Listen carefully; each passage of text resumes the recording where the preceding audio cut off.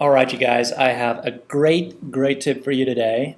Something I just found out today, actually, and it's called opacity masks versus, as opposed to clipping masks. Clipping masks can be a little bit tricky, so I was pretty glad to find out about this thing called opacity masks, and I'm going to show you right now. I have this graphic here and a layer here called graphic, and I have a background layer. So to make an opacity mask, you just select the object you want to apply that mask to, and you open up your transparency panel here. You can find up here, window transparency.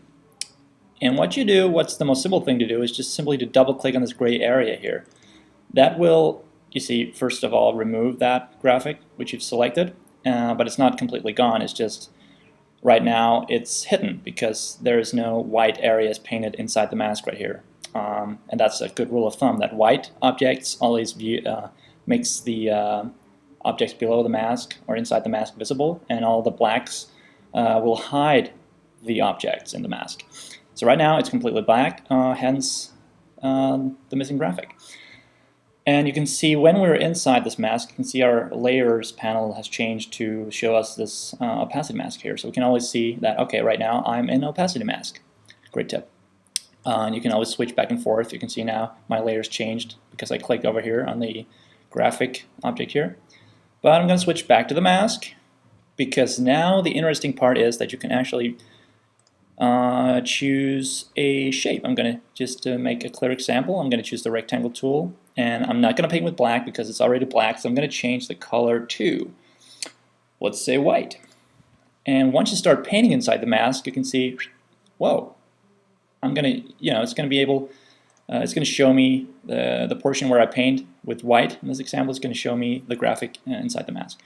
And now the cool thing is it's really flexible. You can move around.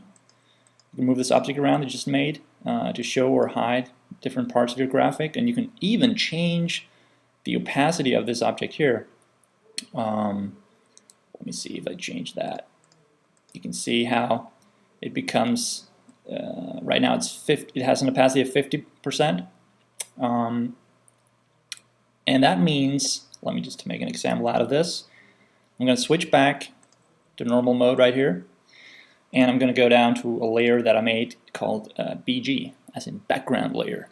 And just to illustrate how this really works, so you can see that it actually really works, I'm going to paint in this background layer, I'm going to paint an orange color and try and move that slightly around here. So you can actually see this object is in fact 50% opaque.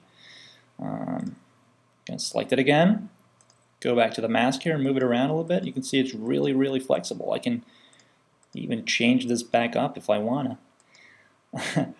And the cool thing is, if you're familiar with masks in Photoshop, you can actually shift left click on the mask just to temporarily disable it. That can be pretty handy.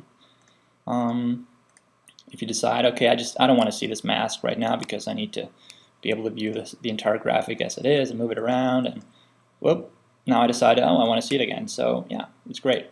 And this little icon right here, the lock, the chain, it does pretty much what it's supposed to.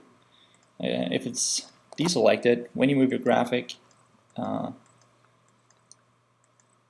notice that the object, the mask object, does not follow with the graphic. But if I enable it, you can see it's going to follow. So there you have it.